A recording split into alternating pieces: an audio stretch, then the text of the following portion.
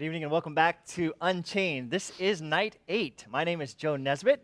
And I'm Trisha Nesbitt. And we are delighted that you're back. Thank you for joining us again for night 8, 8 Nights of Hope. Friends, we are delighted to be partnering with Pastor Richie Halverson to have our guests live here each evening. And we know that tonight you'll be blessed as you have been the previous 7 nights.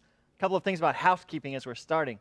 If you're just tuning in and you haven't registered yet, we would love for you to take a moment and text the word register to the number on your screen. What that does, it puts you in the drawing for Pastor Richie Halverson's book that each night at the very end of the show, we reveal who that winner is. So if you haven't done so, please consider registering for that. Anything else? I think that's about it, right? Friends, I've been really enjoying everything. How about you? That's good. Friends, we have great. been enjoying it because we've had some of the most amazing guests, and tonight is no different. We have an incredible guest. Tonight's guest is Anne-Marie Dunbar. Anne-Marie, thank you for being here. So we're going to ask her some questions. Go ahead.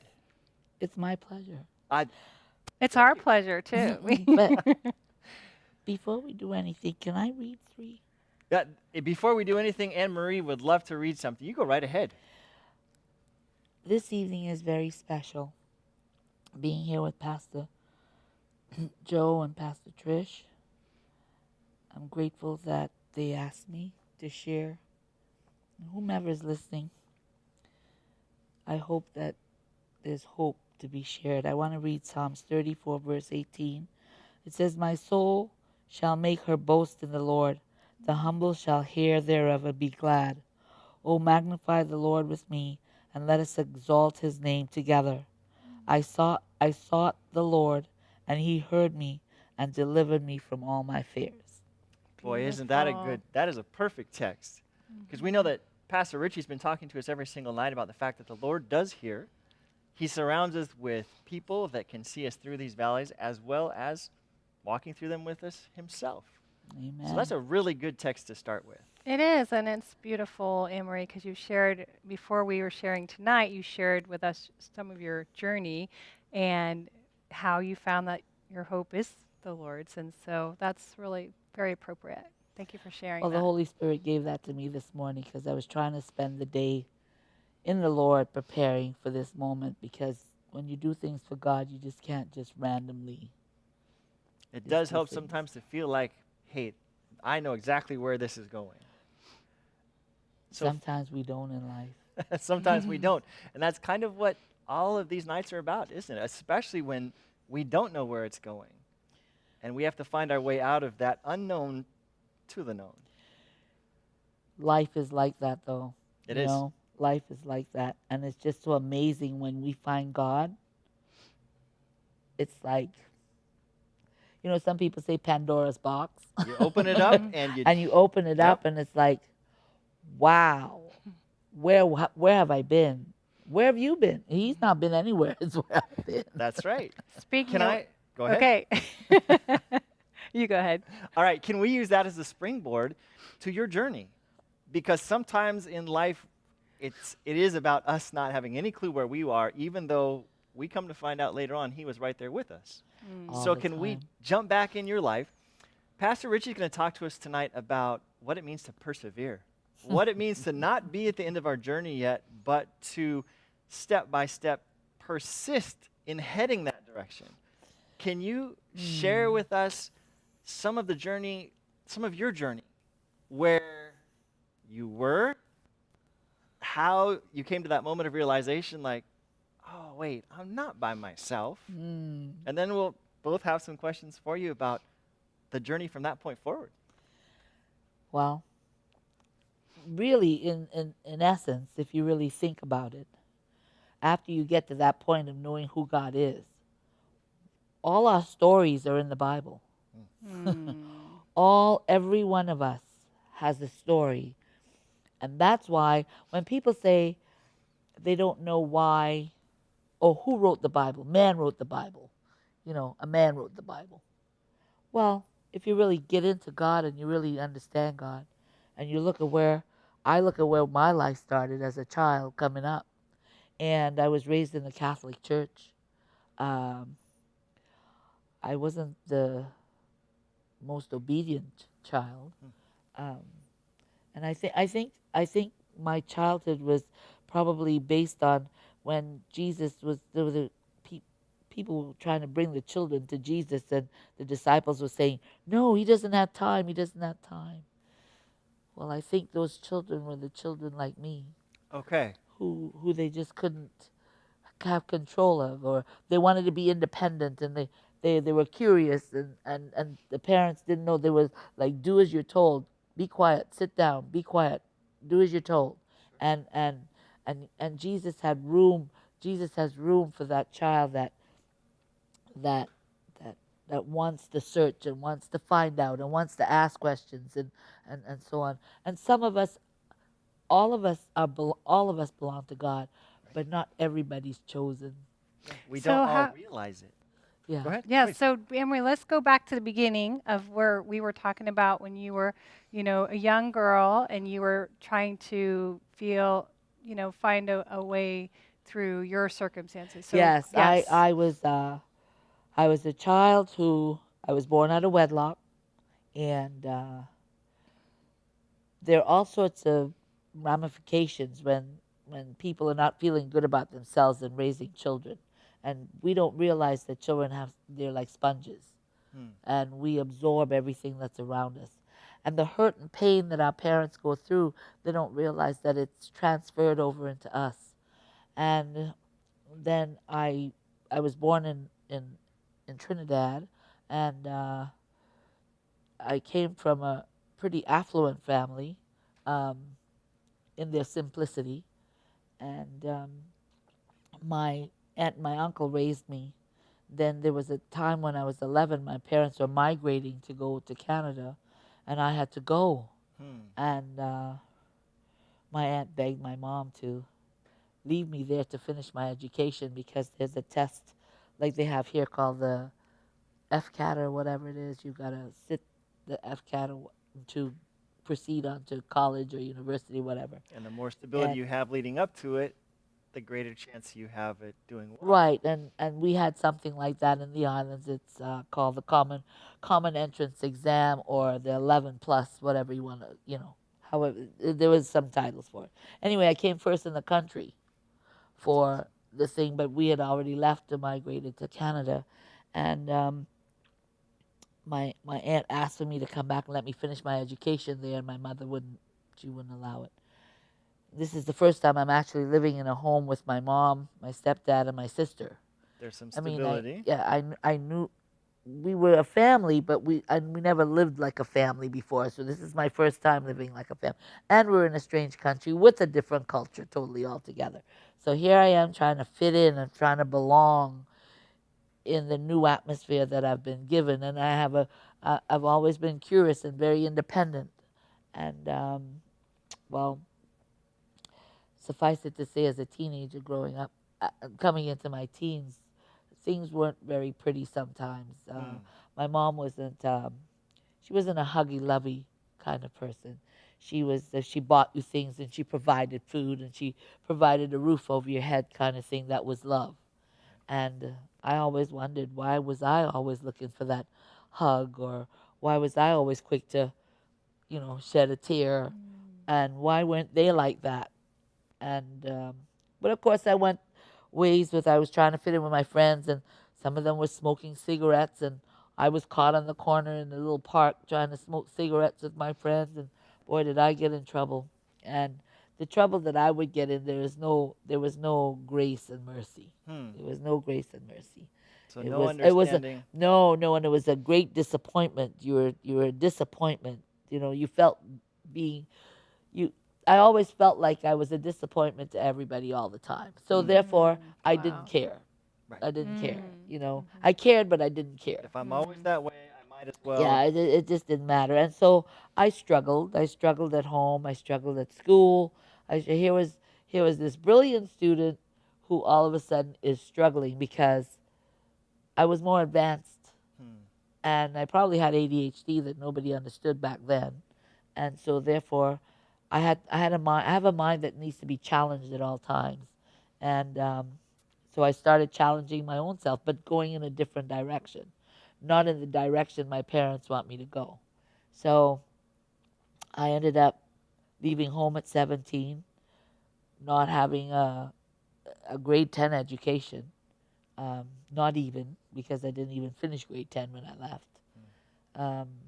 Because they think they put me back because when I came here, there was an age and your school and all different things. So anyway, long story short, um, I went out on my own, and again there was disappointments. I had got my mom was help, she helped me to get a a room at a rooming house and a job and stuff like that, and then something happened there, and she again never she didn't trust me and didn't not that not that I kind of blamed her. I was always getting into something, you know.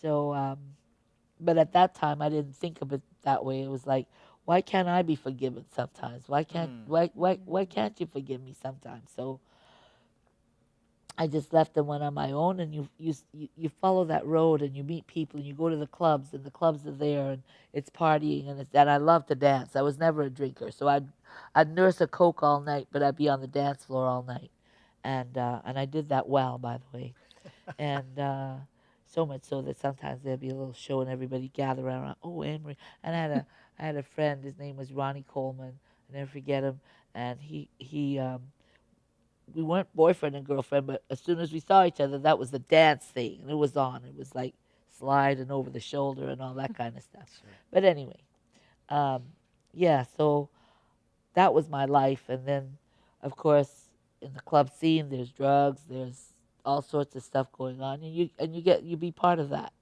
And then the next thing you know, I've met somebody else. I wanted to be, I want to get into movies. I'm gone to Las Vegas. At that time, there you don't need any passports or anything like that. It was free range to fly between Canada and the United States. And situations put me in choices, I should say, put me in compromising situations that I wasn't mentally prepared for. Okay. But it was like all of a sudden, I want to say it's like the goldfish and was thrown in the pond with all the sharks. And it's like sink or swim. Right. And some of the choices that I made could have been very detrimental for me. And then when I'm talking to friends and trying to explain that, well, this happened, and oh my gosh, when I look back, that could have happened, but I felt like it was a magic carpet that took me and swooped me away. At that time, I didn't realize I was talking about the Lord. So can I ask a question? Uh-huh. So I'm hearing you describe Trinidad to Canada, Canada to On My Own, and the whole time it's almost like you continue to move, continually seeking, but not finding. No. There's a hunger for something different. Yes, and I want to say it's looking for love in all the wrong places. And that's what I summed it up as getting to be an adult. You want to belong, you want to be loved, you want to be accepted. You want that peace I've that landed, no one I've can arrived. yes, that no one can give you. But I didn't realize that no one could give it to me. Okay. I kept looking for someone to give it to me. And constantly ending up in that cavern, that place that This who you- isn't it. yes, Whatever I just yes, did or tried. That's not yes. it. And in my journeys of making mistakes and causing harm to myself in a lot of ways, I ended up making a decision through my mother. Actually, I wanted to go home. I realized I'd made mistakes and I wanted to go home. And I called, and I said, I want to come home. And it was a tough love situation. I'm sure parents go through that tough love thing. And that's why people say right now that I spoil my grandchildren, especially my one grandson, because I remembered what that tough love did to me. Okay. And I can just only hope that my character that I have now, my loving kindness, my unconditional love will eventually penetrate whatever it is teenagers are going through or young people are going through, that would penetrate, that they could see a good person, love, and understanding. Because at that time, I really needed that and I didn't get it. So I had an abortion. But I couldn't get the money to go home because I was told, you make your bed, you lie in it. But when I got pregnant and I called home, I said, immediately I knew the tone and the voice, that I knew that it wasn't going to be something I could do. So I immediately said, it's legal here to have an abortion. Then because I was hoping, she said, just come home. Right. The door's open. But she didn't. She said, how much does it cost? And I said, $500. Wow. She said, I'll send it to you. And some people took me in that I didn't, know, but a friend of mine and their mom took me in. And that caused me never to be able to have children. Thank you. Never to have children. So that's another journey But anyhow, long story short, I met an older gentleman, long time in my journeys, and he was from Canada also, and he used to say to me, he says, "You need to go home." He was like a kind of like an uncle. So whenever he came to town, he always treated me with respect, and that was somebody I trusted. So when I finally did get back home to Canada after calling my aunt, and I found her, and my other aunt was the head of the consulate for Trinidad and Tobago. She was the consulate general for Trinidad and Tobago. And I came, like I said, I came from a simple but affluent family. My uncle that raised me with my aunt. He was, uh, he was like what you call head of national security here. Okay. He was that in Trinidad, and my aunt was a school teacher, and my cousins, I grew up with them, and I loved them, and they loved me. So if I'm understanding correctly, after talking with mom says, "Hey, you make your bed, you lay in it," but you find your way back to Canada, back home with relatives. Yes, but before that, the journey that I was going through there, I was going to the church because I really wasn't going to church, but I was looking for God. I was looking for Him.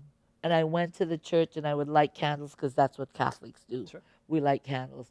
And I would kneel in the church. There was no service going on because the Catholic church, the doors are open all the time. Everybody goes in whenever.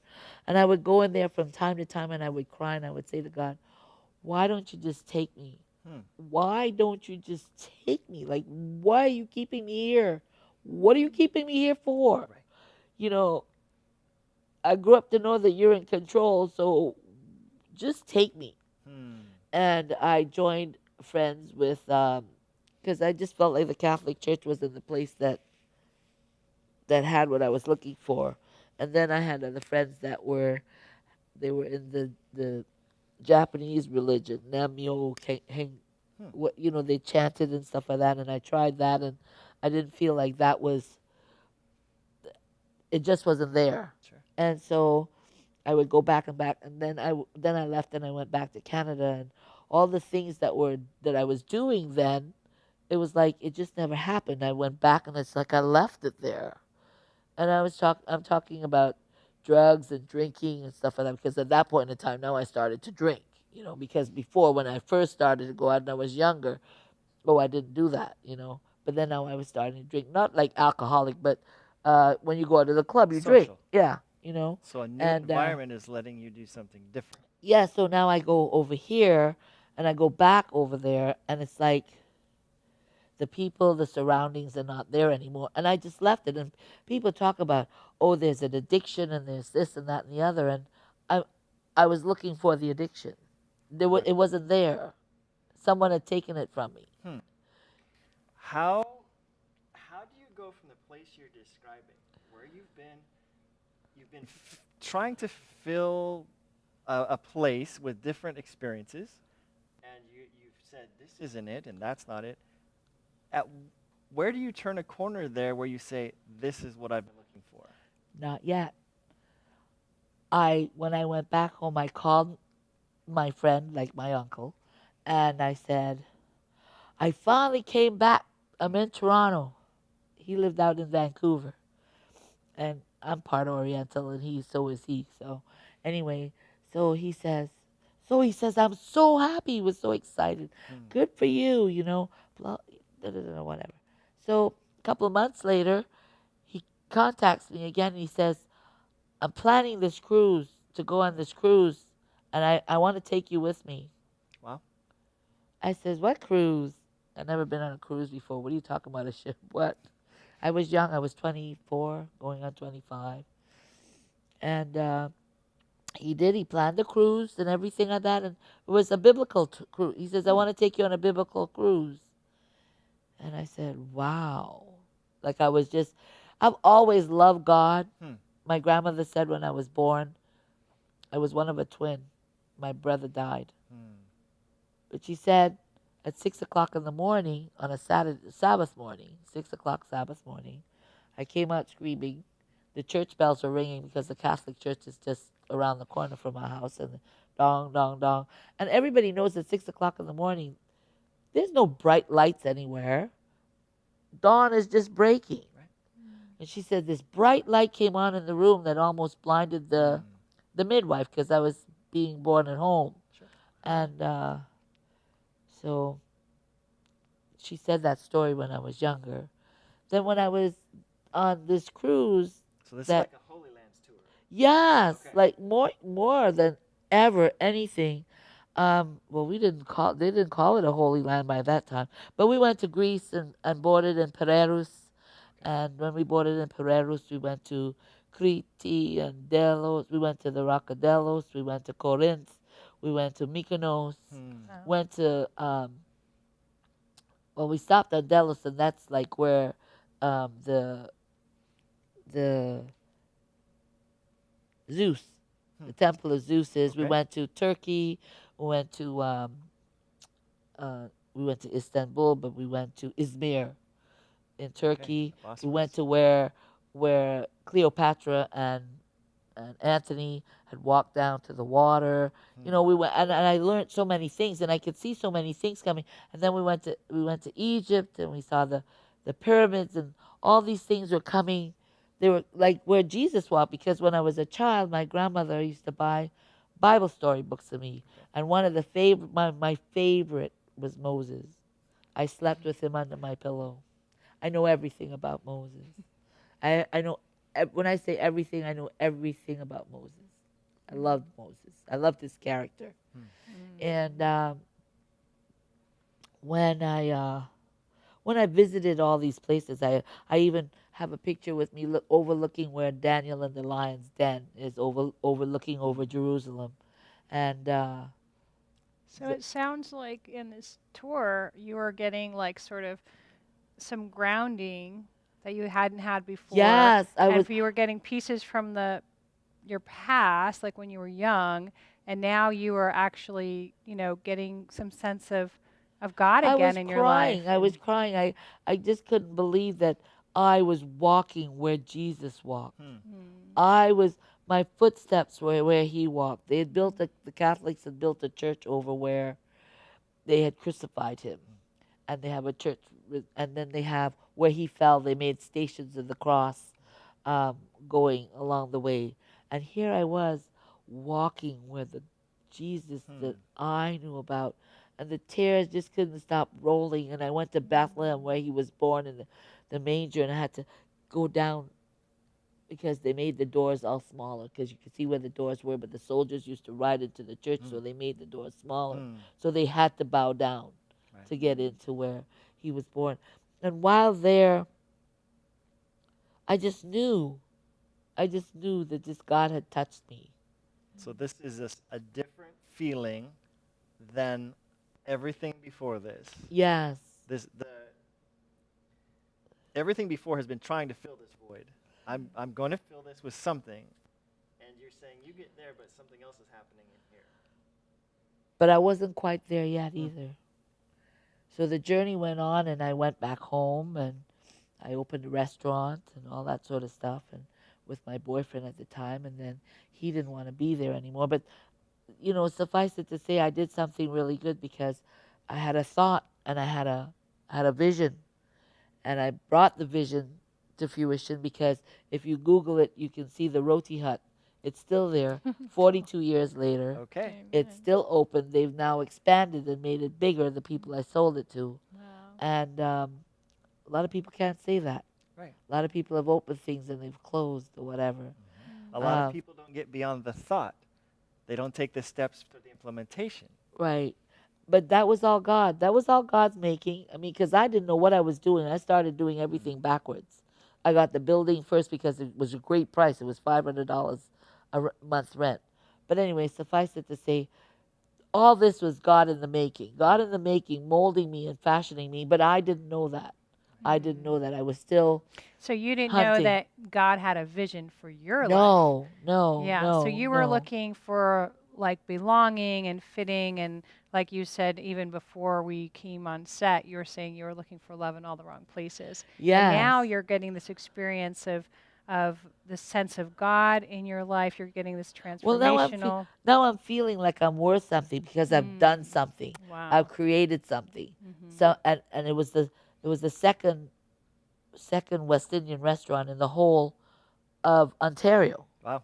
and they didn't even have any in Montreal, Quebec, or anything. That was the Pioneering. yes, and to me that was mine. I Right. owned it.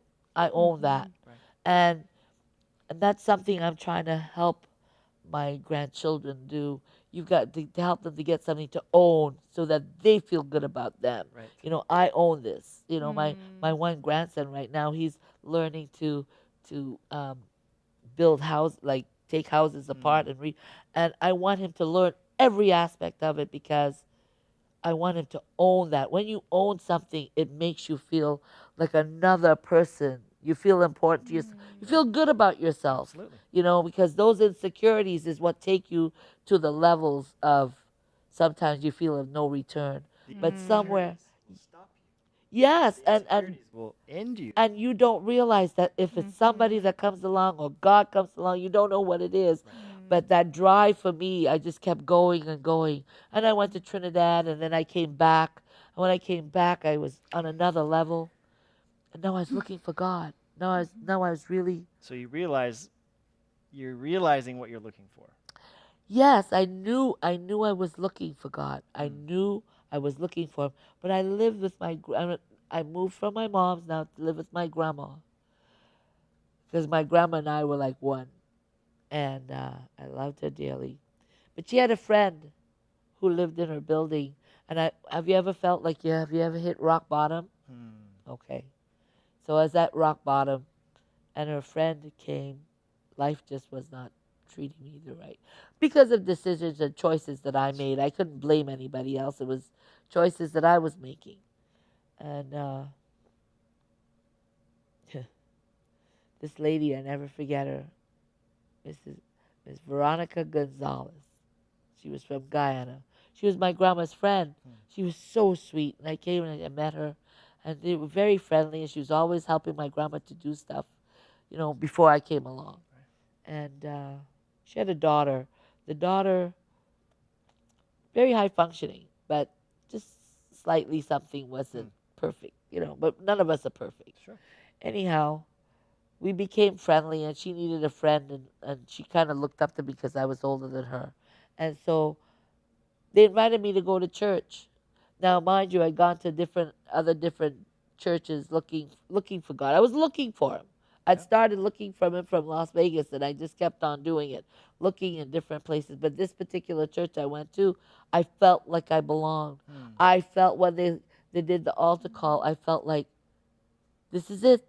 This is it. It's personal. Yes, it was very personal. And then I thought about it, and it was the but the enemy, when he sees you there, he has to fight for you. But there was too many things to give up to follow God. You know the part where they say about the rich man? It's easier for the camel to go through? Yes. I can see why, because it was hard for me to give up a lot of things. I'm used to going out. The 10 Commandments are given to me. What do you mean? What I didn't know anything about those 10 Commandments. They didn't have that in the Beauty Catholic of the Church. covenantal relationship Yeah, between so now, you and a personal Savior. but there were so many things I had to give up. I smoked cigarettes. I would go out with my friends, drink. But then curiosity got the better of me. I love history. I love history. I love listening to where, what, how, when, why. And a pastor came to town with an evangelical series. And I was curious. I wanted to know about this book of Revelation. And then we started talking about, different aspects of, I come from worshiping on a Sunday and different things, etc. I come from that. So I'm like, what is all this about? So I want to know. So it's really beautiful, Anne-Marie, your story and how you always had this longing. You always had this hunger because you knew that something was missing, and you intuitively knew, but yet you were on that journey of searching and finding yourself in, like you said, you were looking for love in the wrong places, and you were trying to fill that soul hunger. But what kept you persistent was this vision that you had, that you wanted to, this underlying vision that was pulling you towards seeking God. And so once Yes. you finally came to a place of where people actually were accepting you and where you felt a place of belonging, then it sort of sounds like it came together. Yes, I opened up. It was like, Mm. it's like that flower that you like, one of these flowers, kind of starts to open up a little bit. It's Not safe. not everything. Yes, it's Right. you're in water. You're in water, and yes, Blooming. you're safe Yes. to open a little because people are accepting you because you don't have to be perfect anymore. You don't have to be that perfect person that everybody else is. Everybody else who's not perfect looking at you to be perfect, and you're thinking that you should be perfect, but in the interim of all that, none of them are perfect. Because Right. guess what I've learned? Mm. Everyone's got a closet. Right. So not what's on the surface is what was really mattering, but it was what was beyond, what was the Inside, inside. Yeah, yes, that God could yes, see. And you had a lot of rejection, in your story, and yes, you were yes. really, and abandonment in some ways, so being able to feel a sense of belonging and feeling a sense of being able to come to God I'm and not, let yeah, things go. I'm Yeah. not gonna say exactly everything, but I have, I took care of this young man. You all didn't get the pleasure to meet him. But oh my gosh, that was just like kissing the face of God. He was the best. He was my boy. But anyway, his mom and dad, they're just awesome people. And something happened to me a long time ago. I'm not going to get into the story. But the job that I'm in now, 17 years ago, a situation came and happened. And I had to step, because you have to be fingerprinted and everything like that. And I had to step away from that job because I needed to get a discernment for whatever the situation was. Sure. And I had to take this story to his mom and dad. Mm. That was the worst moment for me in my entire life at that time. And when I went to them with the story, they held me and they hugged me. To share something with them. But yes, I had to tell them because I couldn't take care of their son for a few weeks, and I had to tell them why. And they held me and they held me and they held me. And they said, "You're an awesome person. And whatever happened a long, long time ago, at 19, don't you even worry about it." And to today, we lost him a couple of years ago, my boy. That was that. I thought that feeling was the worst feeling. That was the worst feeling. But to today, these people still treat me like I belong to them, even though I don't take care. That's what Christianity is about. That's what it's about. And that's the belonging, and that's what I've always needed and I've always That's a wanted. foundation Yeah. Yes. that doesn't move. Yeah. Yes. Yeah, to me, it sounds like, experiencing the heart of God. Yes. And that's what I love about you, Anne-Marie, and that we love about you, and so many of us too, is just that you have such a heart for other people. And we had actually you have one to. person that was going to come join us in the set tonight, and he had just come to church a couple weeks ago, and he was like, "Oh, I love Anne-Marie because Oh, you're hey, so Sue. yeah." So and a couple other people that had different people that have come at different times, and so we we love you, and we just love your compassionate heart, Anne-Marie, and we can understand now more of why your heart is so filled with God's love and compassion. It's because of you seeing the heart of God and then being that heart to others. So it's beautiful. And I It's very don't know beautiful. why he's chosen me to be so special with me, because it's like I just feel him. Sometimes I could just feel him in my. I've two things that have happened to me. He has come to me twice. As I'm sitting here talking to you, I've closed my eyes and I'm praying, and the vision just as clear as day. And the first time it happened, I wondered, why did you do that to me? It was a lady who was in our church. She was an elder, and she went into dementia on the pulpit. But she didn't want to come to anybody else's house. They all shooed me away, and I went home because if I ate a piece of watermelon, she had half, I had half. Right. Sister. and she loved my little grandson. She was old, she was the elder. And when it happened, I freaked out, but I went home. But for whatever reason, she told her daughter when she came for her, she says, I don't want to go home. I want to go at Anne Marie. Hmm. So they called me, and I told them to bring her. So she came to my house, and all her friends and everybody was just freaking out that why did she choose to come to my house? Right. I don't know. But anyway, she was You were welcome. safe. Right. You were Yeah, I welcome. love And that. and Yes. and I so Sabbath was closing, was on a Sabbath day. And Sabbath I said to her, I says, Sister Night, we're gonna pray. We're gonna close the Sabbath. And she said, okay. And I started to pray. I closed my eyes and I was praying. And it's all of a sudden it felt like my eyes were just locked. Like I couldn't open my eyes. Mm-hmm. And I kept praying louder and louder. And the more I prayed, I was sweating. But I could see her apartment where she lived. She lived in a mother-in-law apartment behind her kid's house. And the windows were like, it was really weird because she's got those bars over her windows. But in this vision, the windows were opening and shutting and opening and shutting. You know those movies that they make, those horror movies where the smoke's going in and Sure. out? And this is what I'm seeing in the vision. And the smoke's going in and out of the windows, and the windows are opening and shutting and opening and shutting. Then all of a sudden, they just shut and stopped. Then there was 4 cherubims on each corner of her house. And then after that, the sky, it just appeared and it was just flat blue, like a just flat. It didn't look like a sky, like, like it kind of looks round. It doesn't look flat when you're looking at, but it was flat. And out of the sky came a hand, and it had to be God's hand, and went straight to her chest. Hmm. Like he was trying to tell me, I got her. Okay. The next time, years later, was just recently. It never happened again, and I couldn't understand why he did that to me because I'm so sinful.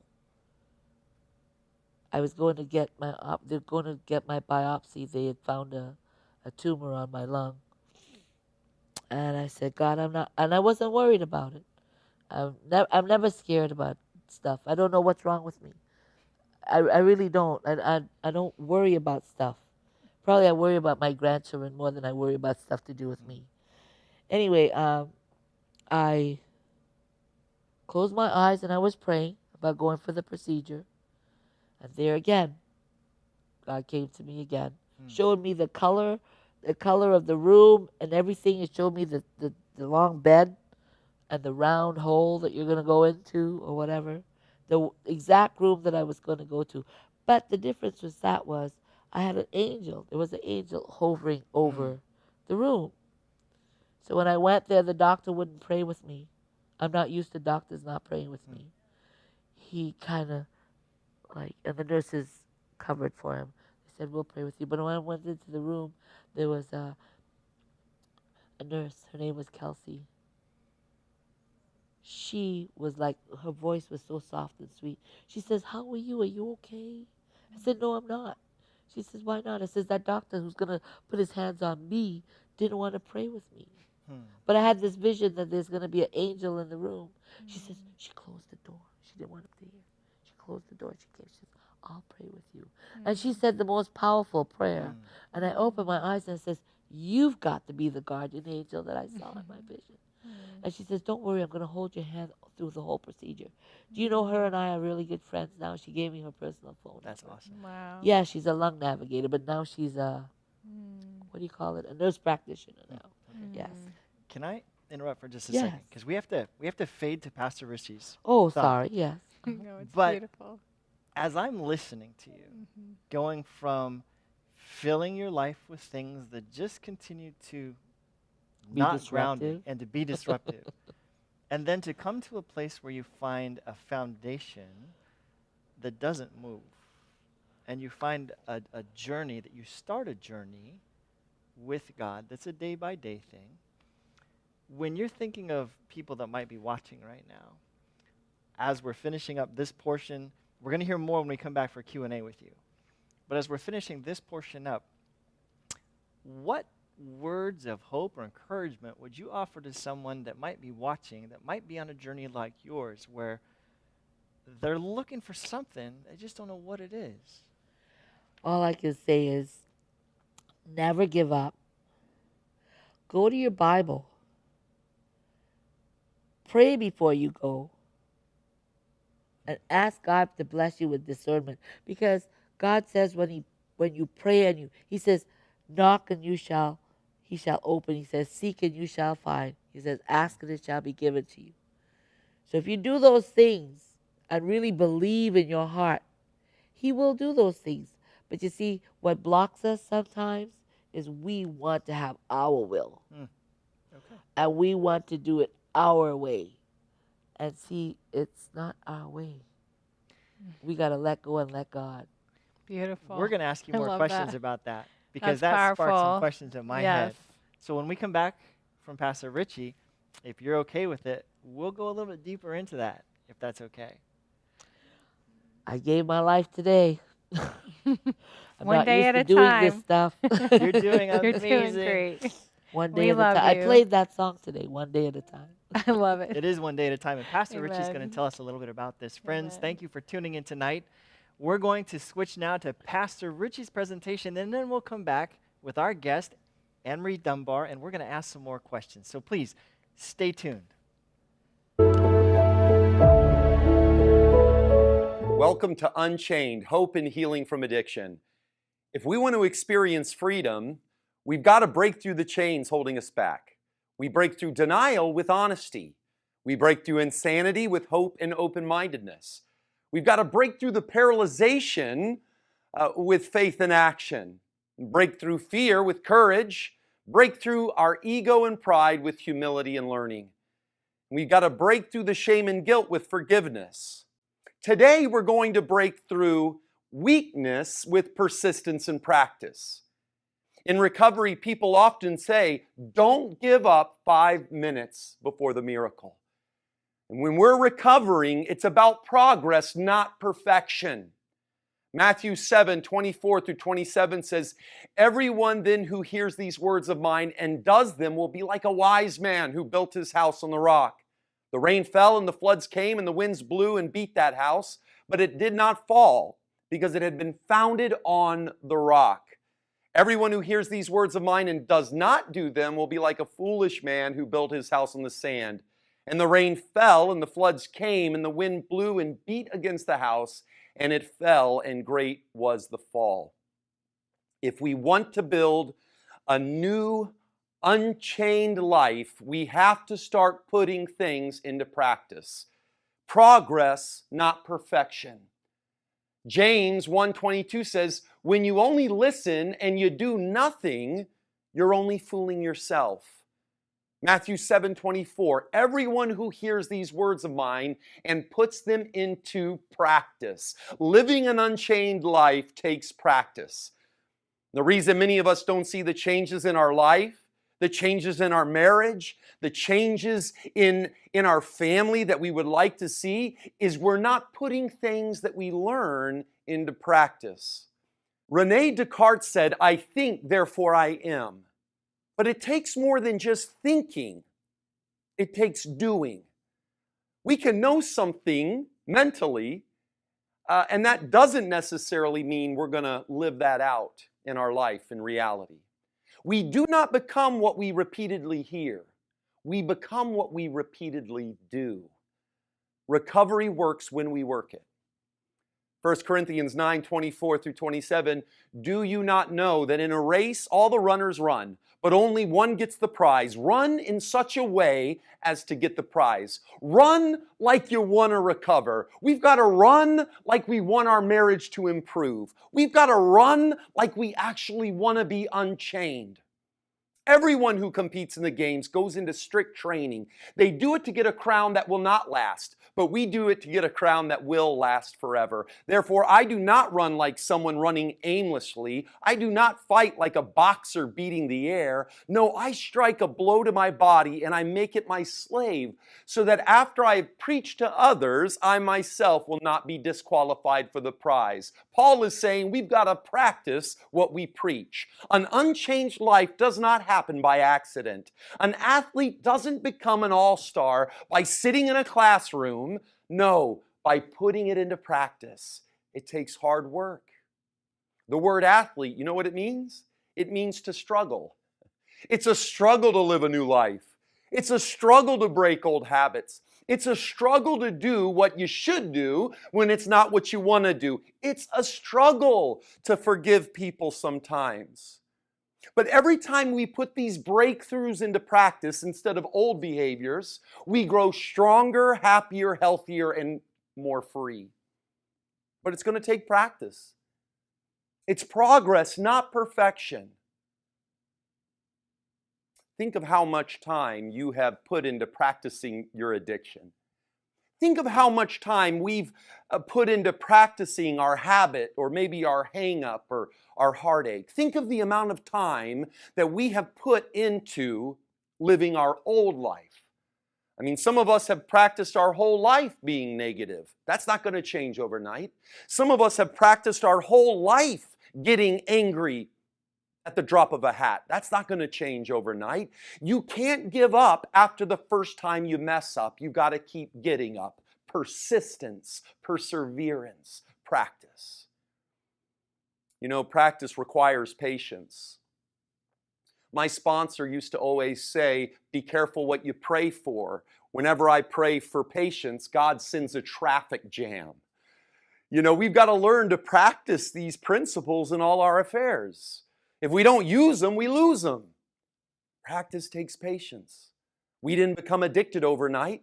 We didn't become angry overnight. We didn't become controlling overnight. Recovery is not a one-time event. Living an unchained life isn't a one-time thing. It's a daily recommitment. Every day we decide to live a life happy, joyous, and free.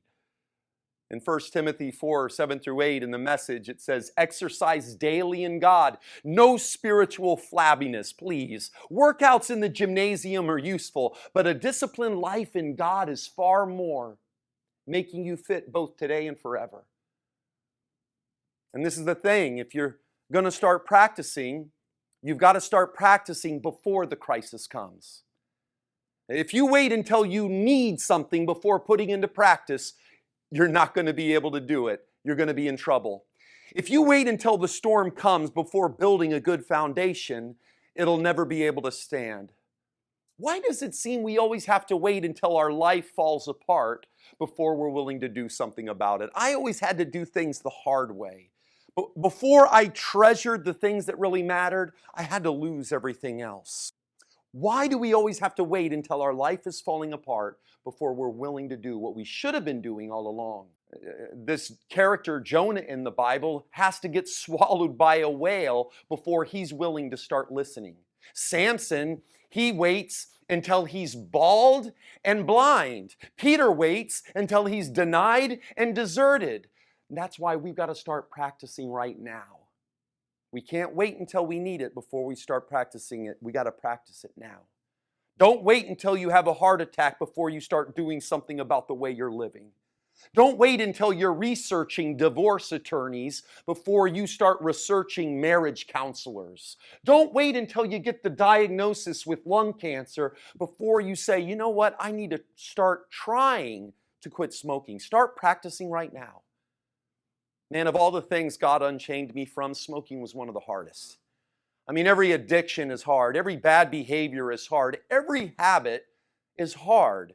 But man, smoking was one of the hardest because you see, I had put a lot of practice into smoking. When I got up in the morning, it was the first thing that I did. Before I went to bed, it was the last thing that I did. I smoked after every meal. I mean, it integrates and infiltrates our lives. I practiced smoking a lot. Well, I'm going to have to put some practice into quitting smoking a lot as well. It's simple, but it's not always easy. We've got to put things into practice before the crisis comes. In Matthew 7:25, it said it rained hard, the floods came and the winds blew and hit that house, but it did not fall because it was built. Notice it's past tense. The wise man built his house before the storm came. You got to build a foundation of an unchained life before the problems come, before the crisis and the storm comes, because it's coming. It's easy to not use dope when life is going good.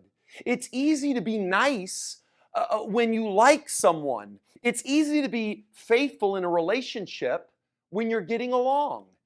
If you wait until the storm comes before you start working and practicing, it's going to be too late. Begin building an unchained life right now.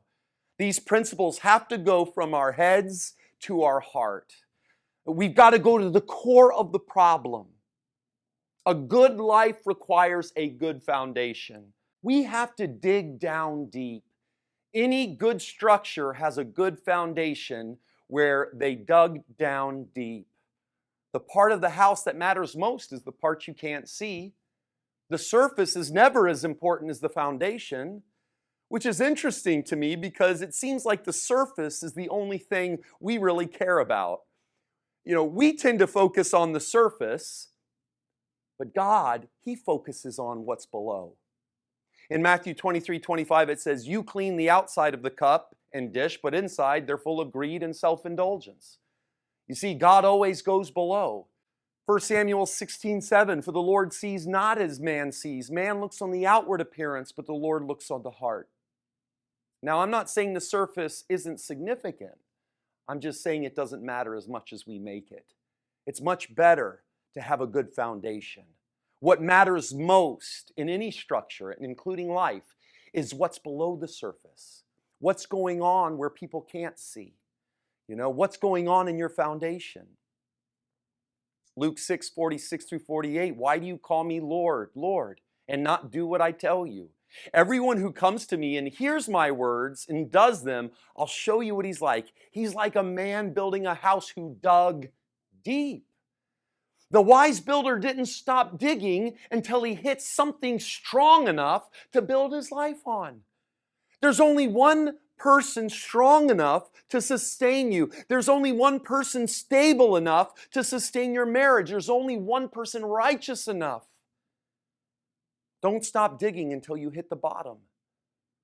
Dig past the dysfunction. Dig past the depression. Dig past the present dilemma. Don't let these things hold you back. Keep digging past the problems, past the pain, all the way until you hit something hard that can hold you up. Man, in early recovery, I had messed up so many times. I had relapsed so many times, been to treatment in and out of jails, that when I was finally made it to recovery, I was afraid that I was going to relapse again. And you always hear that famous, we've talked about it in this series, hitting bottom. And I had heard that so many times growing up, and so I went up to my sponsor and I asked him, because I was afraid I was going to relapse and go back out there. And I said, "How do I know when I hit my bottom?" And I'll never forget what he told me. He said, "Richie, your bottom happens when you put down the shovel." When I finally hit something solid enough to build my life on, I stopped digging. God was the rock at the bottom of my barrel. What are you building your life on? If it's a career, you can lose it. If it's a relationship, you can lose it. If it's your money, you can lose it. If it's your youth, I hate to break it to you, you're going to lose it. We've got to build our lives on something we can't lose. To live an unchained life, we've got to build our life on something bigger and stronger and firmer. Which is why I've discovered that sometimes God allows the crisis to come. Sometimes God's got to allow the storm to come in order to show you what you've built your life on. In Hebrews 12:27, it says, "All of creation will be shaken and removed so that only unshakable things will remain." God loves you too much not to shake you. He's got to shake all the fake friends out of your life. He's got to shake all the dysfunctional thinking out of your life. He's got to keep on shaking so that when all is said and done, the only thing we depend on is something that we can never lose.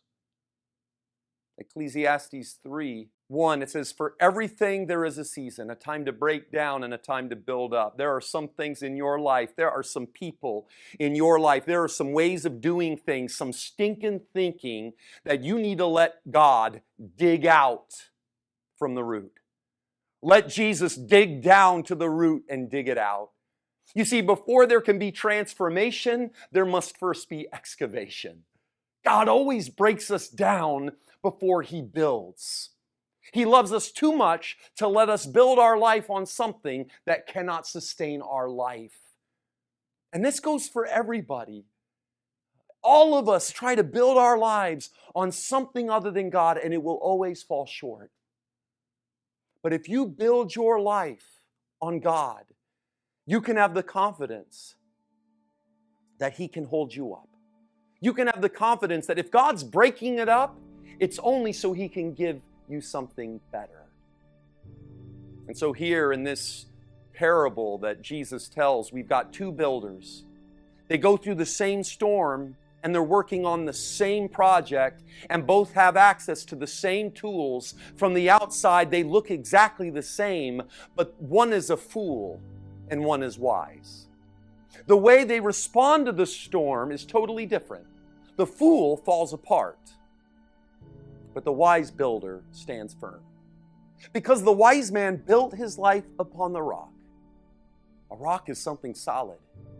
A rock doesn't change. It's concrete. It's in stone. Everything else changes. But God, the solid rock, doesn't change. In Matthew 16:18, it says, "Upon this rock I will build my church, and the powers of hell can't even conquer it." When the wise man saw the storm coming, he doesn't panic. What does he do? He praises God in the storm. Let me tell you, if God is your foundation, you'll be able to praise God in the storm too. Your life won't fall apart the second something goes wrong.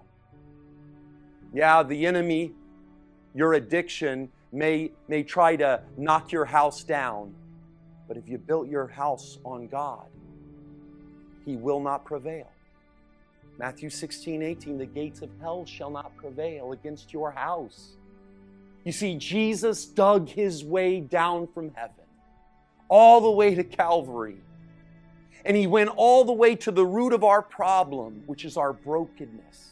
It's that hunger inside of us that keeps looking for satisfaction and love in all the wrong places. He went all the way to the root of our problem in order to give you something that you can build your life on today, right now. It's all about progress, not perfection. Jesus is the only perfect person who's ever lived. Trust in him. You don't have to do everything perfectly because he did everything perfectly. Trust in him. Build your life on him and start living an unchained life today. Well, friends, Pastor Richie, he really cuts to the core, doesn't he? Especially when he talks about how the builder doesn't stop digging until they've cleared away everything that wouldn't be supporting the structure and reaches the foundation that you can build something on. Yeah, I love that point that you have to have excavation before transformation. Absolutely. It's powerful, and you experienced that in your life, Anne-Marie. And It's if, amazing. so sorry. No, good. If you're just joining us, our guest tonight is Anne-Marie Dunbar, and she has been talking to us about her journey, Trinidad to Canada, Canada to U.S., U.S. to Canada, back to the U.S., because that's where we are now, so that happened. But a journey of searching, a journey of finding. And that's part of what we're sharing with you tonight, how she has found a sure foundation. So we want to come back to that in the Q&A that we have. Let's summarize some of that first part of tonight. Ultimately, what was your sure foundation? It was the only one thing, Okay, and it was God. all right. When I got to that place, but you know, I have to tell you, the enemy, and I'm going to tell you all, anybody who's struggling, the enemy is very powerful. And if he's attacking you, that must mean you're on the right path. Or somebody who's praying for you is on the right path. Because there were many prayers that went for me that I didn't know people were praying for me. But they must have been powerful prayers. Else I wouldn't have been where I am today. And if you are trying to find that hope, that place, don't give up. Don't give up. Prayer is the only answer. I mean, it might sound corny to people. It might say, oh, well, I pray all the time. But there's prayers and then there's prayers. There's a different kind of prayer. There's a prayer. There's praying with your heart when you're all in. When you're all in, God knows you're all in with Him, and He's going to answer those prayers. He's going to honor those prayers. But you can't pray and then take it back. I've learned that lesson. I've learned that lesson where, we pray and then we want to fix it. So God is saying, well, hey, you want to fix this? I'm going to let you try. Sure. So it sounds like, even when you're talking about prayer, it's like that prayer of surrender. And so it's Yes. that daily surrender, that daily praying, It's as an part of. ongoing process. I'm not even close to where I feel like I need to be, but I know I'm on that road, that road to Damascus, that road that Paul, who was Saul, and torturing all He had a God's past. people. Yeah. Oh no! Don't say that. Right. Pastor. What? He had But a he past? makes a turn. Did you have a past? That's right. Did I had a Pastor past. Richie had a past? That's right. Oh my! A bunch of broken people on a broken journey. Was that not in the boat when the disciples were in there with Jesus? And That's And I the thought I difficult was thing. there. Right. and We're I not the knew I'm only still one. there. Yes, and we're not the only And I'm one. trying to tell you out there Hmm. that you're out there too, but you're not alone. That's right. Amen. Because all of us are in the same boat. That's what we need to do. We need to and see, love is the most, and see, that's the key to everything, is that love, Beautiful. that unconditional love that God gives us. That's the kind of love I pray to Him every day. I have a friend, Barbara. I love her to death. She was just very unsure of our friendship, and I've worked and worked with God to secure that friendship for 6 years. And guess what? You weren't there, but I invited her to come to church.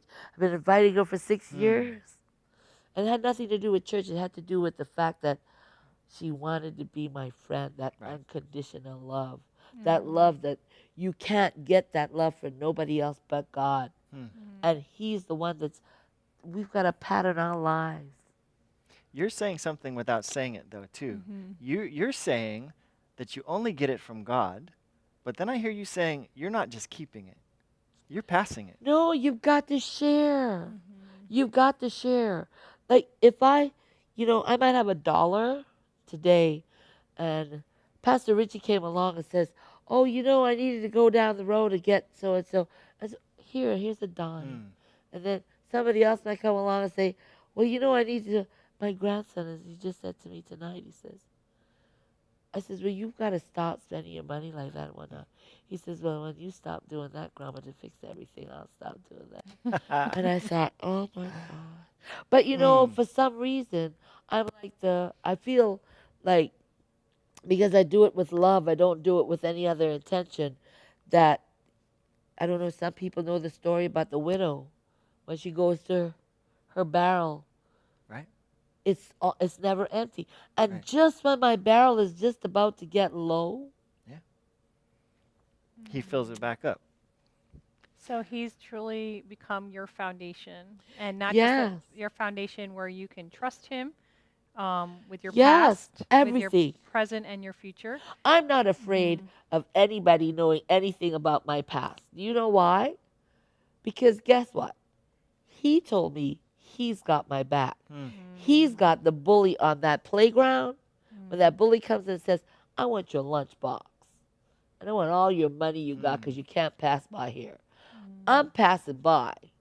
My grandchildren says, "So what do you think? You're going to go by a bunch of gangsters and stuff like that, and you're going to walk through and say, 'Oh, I'm going to pray for you'?" I said, "Well, the thing about it is," and this is the story I just gave one of them the other day. I said, "The thing about it is that I am not afraid, because I'm at that point with the Lord. I'm not totally there yet, but if I were to lose my life, I know that I'm at that point where I trust Him, that I trust the promises that He said He has another place for me to go to. and this is temporary. So do you think I'm afraid? I'm not afraid. And that's the amazing part about this journey, is not being afraid. When you hold on to God, not being afraid, then your fear goes away, and then your journey gets better and better every day. You can put one foot in front of each other every day because you're just not afraid. So you're no longer afraid of what other people think. You're no longer afraid of the No, rejection or feelings of no, abandonment. no. Because you have that foundation and that belonging with God, and you've seen that heart of God, and now you have a whole nother foundation. My mother, Hmm.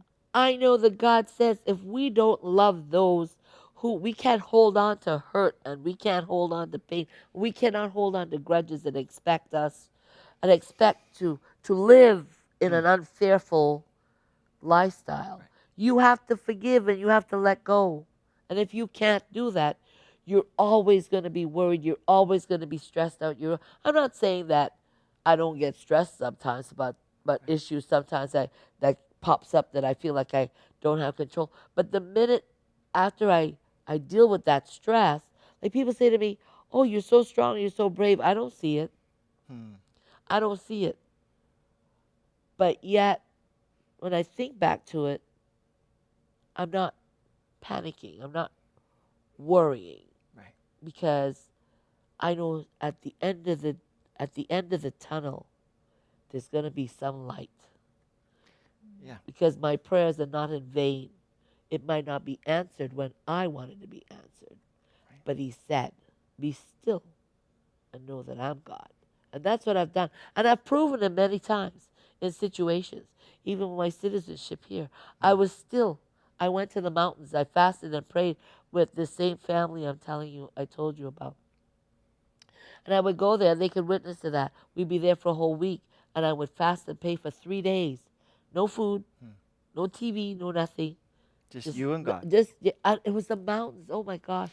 And it was a closed-in porch, and I would get up at 6 o'clock in the morning, and all you could hear is the birds chirping, and me and my Bible with my cup of herb tea, Beautiful. and just chilling out, just rapping with him, Amen. just talking and crying, like you're sitting right here. Sometimes I sit in my living room, I look in one corner, and I cry and I talk to him. And I said, "Listen, why?" And I'm wrenching, Right. but I know He's there, Mm. And you've got to reach there. If you can't reach there, you're gonna lose yourself. You're gonna lose yourself. You're gonna be fearful all the time. You're gonna feel like you're out of control, like nothing. What's the word you used before? Controlled. Like surrender? Yeah, no, it was something controlled mayhem or whatever.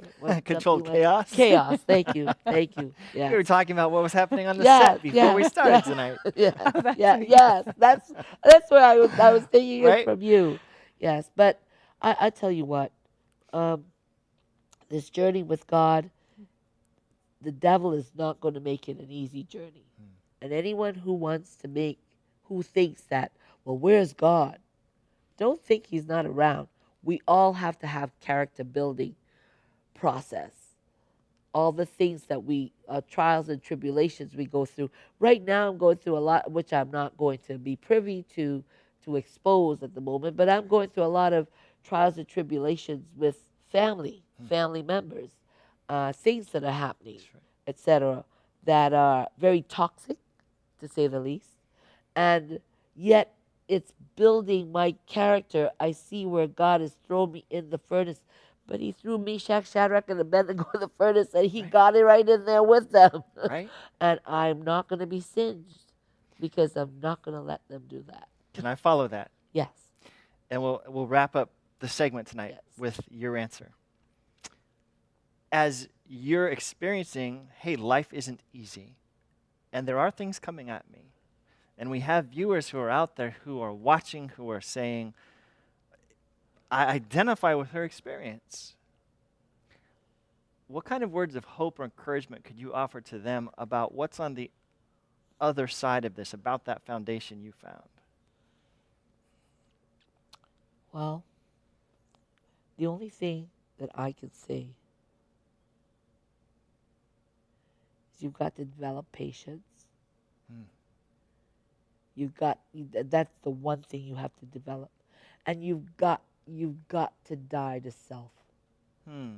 Once self is involved and it's I, me, you've lost the battle.